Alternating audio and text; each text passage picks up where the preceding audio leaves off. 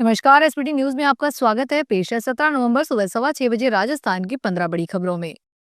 सर्वोच्च न्यायालय द्वारा 7 नवंबर 2025 को जारी अंतरिम निर्देशों के बाद राजस्थान सरकार ने स्ट्रीट डॉग प्रबंधन से जुड़ी कार्य योजना को तेज कर दिया है। राज्य के सभी नगरीय निकायों को निर्देश दिए हैं कि वे खेल परिसरों, अस्पतालों, रेलवे स्टेशनों, शैक्षणिक संस्थानों, बस स्टैंडों और प्रमुख मार्गों जैसे संस्थानों पर विस्तृत मैपिंग कर अपनी रिपोर्ट जल्द प्रस्तुत करें। स्वायत्त शासन विभाग ने शासन सचिव रवि जैन से कहा कि निर्देशों की अनुपालना पूरी संवेदनशीलता और सावधानी के साथ किया जाएगा। राजस्थान अन्य पिछड़ा वर्ग आयोग 17 नवंबर से 8 दिसंबर तक पूरे प्रदेश में संभाग स्तरीय जनसंवाद एवं परिचर्चा कार्यक्रम आयोजित करेगा। इस पहल का उद्देश्य ओबीसी वर्ग की वास्तविक स्थितियां, चुनौतियों और आवश्यकताओं को सीधे जनता से समझना और आगामी आरक्षण व्यवस्था को अधिक प्रभावी व न्याय संगत बनाना है। आयोग पंचायती राज और शहरी निकायों में ओबीसी जातियों को आरक्षण देने का नवीन फार्मूला तय कर अपनी रिपोर्ट राज्य सरकार को प्रस्तुत करेगा। इस रिपोर्ट के आधार पर प्रदेश में नवीन आरक्षण लागू कर चुनाव करवाया जाएगा।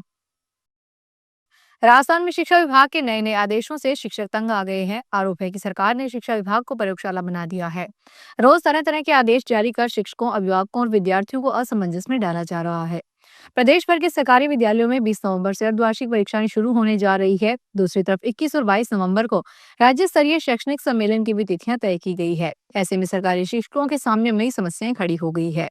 अध्यापकों को यह समझ नहीं आ रहा कि अब अधिवेशन में जाना है या विद्यार्थियों की परीक्षा करवाना है। राजस्थान सरकार ने केंद्र से प्रतिनियुक्ति से लौटने पर भारतीय प्रशासनिक सेवा के वरिष्ठ अधिकारी वी श्रीनिवास को राज्य का मुख्य सचिव नियुक्त किया है। राज्य के संयुक्त शासन सचिव डॉक्टर धीरज कुमार सिंह ने राज्यपाल हरिभाऊ बागड़े की अनुमति से रविवार को इस आशय के आदेश जारी किए। आदेश के अनुसार श्रीनिवास अपने पद के साथ ही अगले आदेश तक राजस्थान राज्य खान एवं खनिज निगम लिमिटेड, उदयपुर और मुख्य आवासीय आयुक्त नई दिल्ली का अतिरिक्त कार्यभार भी संभालेंगे। वर्षा जल संग्रहण और जन भागीदारी में उत्कृष्ट प्रदर्शन के लिए बाड़मेर जिले को जल संचयन जन भागीदारी पुरस्कार प्रदान किया जाएगा। यह सम्मान कल 18 नवंबर 2025 को नई दिल्ली के विज्ञान भवन में आयोजित 6वें राष्ट्रीय जल पुरस्कार समारोह में राष्ट्रपति द्रौपदी मुर्मू द्वारा दिया जाएगा। बाड़मेर जिले को पुरस्कार स्वरूप 2 करोड़ रुपए की राशि प्रदान की जाएगी। जिला कलेक्टर टीना डाबी ने बताया कि कैच द रेन अभियान के तहत जिले में वर्षा जल संचयन को बढ़ावा देने के लिए बड़े पैमाने पर टांका निर्माण करवाया जाएगा। बीकानेर में सेना की गाड़ियों से पेट्रोल और डीजल चोरी होने का मामला सामने आया है। इसके बाद सेना ने सख्ती बरतने का फैसला किया है। सेना की ओर से पुलिस थानों और सरपंचों को एक पत्र भेजा गया है। इसमें सेना ने कहा कि रेंज एरिया में रात्रि ड्यूटी के दौरान तैनात संतरी हथियार के साथ होंगे। अनैतिक घटना घटने के दौरान वह हथियार का इस्तेमाल कर सकता है। हालांकि संभवतः यह पहला मौका है जब सेना ने चोरों के खिलाफ कार्रवाई करने के दौरान हथियार का इस्तेमाल करने का पत्र में जिक्र किया है। राजस्थान में हो रहे हादसे पर उप मुख्यमंत्री प्रेमचंद बैरवा ने कहा कि जिस तरह से जो घटनाएं हुई वो दुखद थी, लेकिन हमने कार्रवाई कर रहे हैं और किसी को भी बख्श नहीं रहे। जो बिना इमरजेंसी गेट और बिना नॉर्म्स के बसें चल रही है उन्हें नहीं चलने दे रहे। ट्रांसपोर्ट के साथ मेरी मीटिंग हुई है, उन्हें भी कह दिया है कि हमारे लिए हर व्यक्ति की जान जरूरी है, उसकी रक्षा करना और सुरक्षा करना हमारा दायित्व है। इसे उन्होंने भी माना और अब वे सबकी गाड़ियों में जरूरी परिवर्तन कर रहे हैं। बैरवा रविवार को सड़क मार्ग से जयपुर से ग्वालियर जा रहे थे। इस दौरान भरतपुर के साथ चौराहे पर जिलाध्यक्ष शिवानी दायमा और बीजेपी कार्यकर्ताओं ने उनका स्वागत किया। राजस्थान सरकार आगामी 10 दिसंबर को जेईसीसी जयपुर में पहला प्रवासी राजस्थानी दिवस 2025 आयोजित करने जा रही है। यह आयोजन न केवल प्रवासी राजस्थानियों को अपनी सांस्कृतिक जड़ों से जोड़ने वाला होगा, बल्कि उन्हें राज्य के सामाजिक आर्थिक विकास में सहभागी बनाने का मजबूत मंच भी प्रदान करेगा। मुख्यमंत्री भजन लाल शर्मा ने कहा कि विकसित भारत के संकल्प से प्रेरित होकर राजस्थान तेज बदलाव के दौर से गुजर रहा है। इस परिवर्तन की रफ्तार बढ़ाने में प्रवासी समुदाय की भूमिका अत्यंत महत्वपूर्ण है।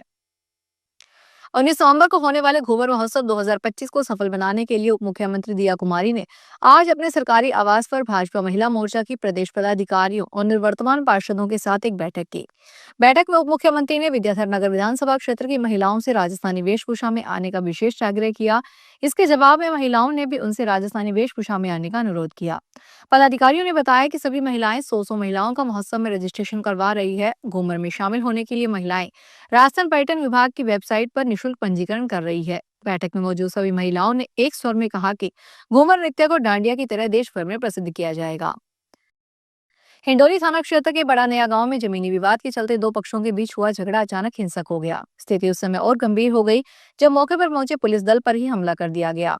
इस पर हमले में 4 पुलिसकर्मी घायल हुए, जबकि पुलिस वाहन को भी क्षतिग्रस्त कर दिया गया। बताया जा रहा है कि बड़ा नया गांव में जमीनी विवाद को लेकर दो पक्षों के बीच लंबे समय से तनातनी चल रही थी। रविवार दोपहर को विवाद बढ़ने पर स्थानीय लोगों ने पुलिस को सूचना दी, जिस पर हिंडोली थाना पुलिस मौके पर पहुंची। जयपुर के तुंगा ब्लॉक में धोती कुर्ता और सिर पर गमछा पहने जब 11 खिलाड़ी देसी लुक में क्रिकेट मैदान पर उतरे तो हर किसी की निगाहें उन पर टिक गई। सामने उतरी आधुनिक ट्रैक सूट पहने दूसरी टीम यह किसी फिल्म का सेट नहीं बल्कि जयपुर के तुंगा ब्लॉक के पीलिया में आयोजित जिला स्तरीय बालोद क्रिकेट कप के पहले मुकाबले का नजारा था। कोच चंदालाल बालोद ने कहा कि यह युवाओं को विरासत से जोड़ने का तरीका है। हमने खिलाड़ियों को समझाया कि वे खेल के जुनून के आगे वेशभूषा को बाधा न बनने दें। अंतः उपचुनाव परिणाम आने के बाद कांग्रेस प्रदेश अध्यक्ष गोविंद सिंह डोटासरा रविवार को सीकर आए। यहां आवास पर डोटासरा ने शाम को मीडिया से बातचीत की। कांग्रेस प्रदेश अध्यक्ष गोविंद सिंह डोटासरा ने कहा, परिसीमन के लिए हम लोग सुप्रीम कोर्ट में जाएंगे। हम सुप्रीम कोर्ट में कहेंगे कि इनको परिसीमन के लिए 31 दिसंबर तक का समय दे रहे हो। आप कौन होते हो? इनको परिसीमन के लिए समय क्यों दिया जा रहा है? एक तरफ आप कह रहे हैं कि परिसीमन में आपकी कोई दखलंदाजी नहीं है, एक तरफ आप खुद ही इन्हें समय दे रहे हैं। डोटासरा ने कहा कि सरकार कितने ही दिन टाल दे लेकिन एक न एक दिन नगर निकाय और ग्राम पंचायतों के चुनाव करवाने पड़ेंगे। कोटपुतली दिल्ली जयपुर राष्ट्रीय राजमार्ग 48 पर तिरुपति होटल के सामने एक कार बेकाबू होकर डिवाइडर से टकराकर पलट गई। इस दुर्घटना में खाटू श्याम के दर्शन कर लौट रहे 6 श्रद्धालु गंभीर रूप से घायल हो गए। घटना की सूचना मिलते ही पनियाला पुलिस थाने के हेड कांस्टेबल मुखराम मौके पर पहुंचे। उन्होंने सभी घायलों को राज्य के बीडीएम जिला अस्पताल पहुंचाया, जहां उनका इलाज जारी है। राजस्थान में 12 जिले के किसानों की मांगों को लेकर नवनिर्वाचित विधायक और पूर्व मंत्री प्रमोद जैन भाया के नेतृत्व में जिला कांग्रेस समिति आज 17 नवंबर को जिला कलेक्ट्रेट के बाहर प्रदर्शन करके मुख्यमंत्री के नाम जिला कलेक्टर रोहिताज सिंह तोमर को ज्ञापन सौंपा जाएगा। कांग्रेस के जिला संगठन महामंत्री कैलाश जैन ने रविवार को बताया कि 12 जिले के किसानों की इस वर्ष भारी अतिवृष्टि के कारण फसलें बर्बाद हो चुकी है। पर्यावरण संरक्षण का संदेश देते हुए रविवार को जयपुर में ग्रीन हार्टफुलनेस रन का आयोजन किया गया। चित्रकूट स्टेडियम वैशाली नगर में आयोजित इस दौड़ का उद्देश्य लोगों में पर्यावरण और स्वस्थ जीवन शैली के प्रति जागरूकता फैलाना था। कोऑर्डिनेटर तरुण तोशनीवाल ने बताया कि दौड़ की तीनों श्रेणियां 1 किलोमीटर, 2.5 किलोमीटर और 5 किलोमीटर में आयोजित किया गया है। इसमें 5 साल के बच्चों से लेकर 85 वर्ष के वरिष्ठ नागरिकों तक ने उत्साह के साथ हिस्सा लिया। सभी श्रेणियों के विजेताओं को सम्मानित भी किया गया। तो ये थी राजस्थान की 15 बड़ी खबरें। अगर आपको हमारा बुलेटिन पसंद आया हो तो वीडियो को लाइक करें, अपने दोस्तों से शेयर करें और चैनल को सब्सक्राइब करना ना भूलें। फिर मिलेंगे नई खबरों के साथ। धन्यवाद।